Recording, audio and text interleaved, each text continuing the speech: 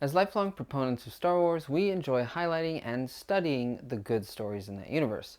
Today, we will be analyzing a speech from the best Star Wars show, Andor. If there is one thing Tony Gilroy, the creator of Andor, is good at, it's writing a speech. The speech we will be delving into is the main juggernaut at the end of Season 1, Marva's funeral speech. There is a darkness reaching like rust into everything around us. We let it grow, and now it's here. It's here, and it's not visiting anymore. Marva is a character we've come to care about because of her connection to Cassian, but the writers have also given her enough character development and importance to the story that this moment does not feel shallow. This sequence is a condensed version of how Cassian has been living his life throughout the show. Although he tries to run away from his upbringing, Marva's impact is evident. Strange. Feels as if I can see him. I was 6, I think. First time I touched a funerary stone. In the end, Cassian becomes exactly who Marva believes he can be.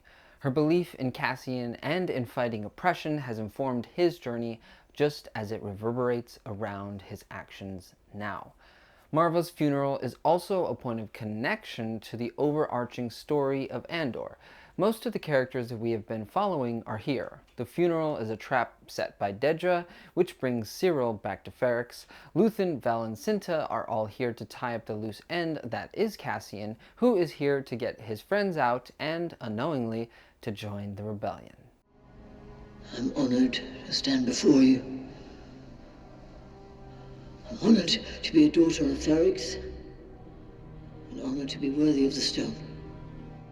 As Marva speaks, we see each of these people taking in her words and living them out. Marva begins her speech anecdotally. She speaks of being a daughter of Ferrix, of the stone, and of being lifted by the dead. She describes this as being lifted by the truth of the dead, and now it's her turn to lift them. All of this adds context to the moment and enriches Ferrix, giving it depth and telling us the importance of this moment. I remember every time it happened, every time the dead lifted me. With their truth. Ferrix and its people feel real because they live and die here.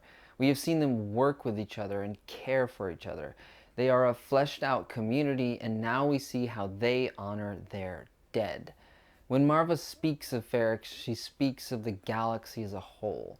She wants them to survive the Empire, and what she realizes is that obedience will only prolong their destruction. And I yearn to lift you.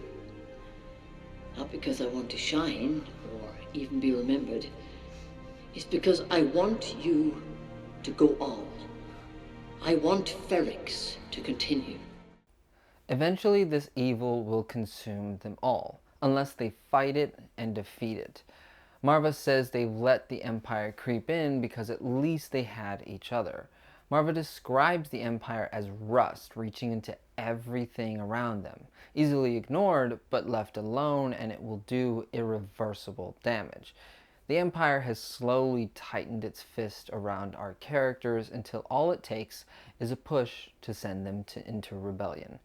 Marva's speech comes at this breaking point for Ferrix and our soon-to-be rebels. We took their money and ignored them. We kept their engines churning, and the moment they pulled away, we forgot them. Her speech lasts about 4 minutes, starting with her experience with tradition, allowing us to connect with her and the people of Ferrix. She tells them of her hopes for Ferrix and her fears for them. She points the finger at Ferrix as well as herself for turning away from the truth and sleeping.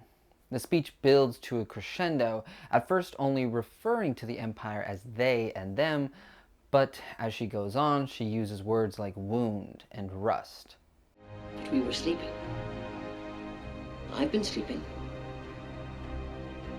I've been turning away from a truth I wanted not to face. Finally, 3 minutes into her speech, Marva calls out the Empire by name, referring to them as a disease. The camera stays on Luthen for this moment, who has been fighting the Empire in darkness and knows the truth of her words better than anyone. Once she has called out the Empire, she is pointing out the enemy, but she holds on to the call to fight until the very end.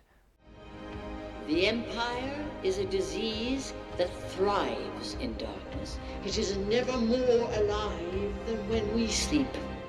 She concedes that fighting might be useless or too late, and it's easy for the dead to call on the living. She points to herself and what she'd do differently. And just when the Empire has had enough, then she calls on the people of Ferrix to fight the Empire. The speech comes at a breaking point for these characters. Over the course of the season, the tension has been pulled tighter and tighter between the Empire and the rebels until all that's needed is a push. But I'll tell you this. If I could do it again, I'd wake up early and be fighting. The Empire has taken too much, and the rebels are not willing to give any more. Marva's death and her speech is that final push for Ferrix and Cassian. This speech is brilliantly constructed with the music and editing, elevating it to greatness. It is heartbreaking and hopeful, a great end to the season and transition to the next, and one of the many reasons this show is a masterpiece. And as always, may the Force be with you. Fight the Empire!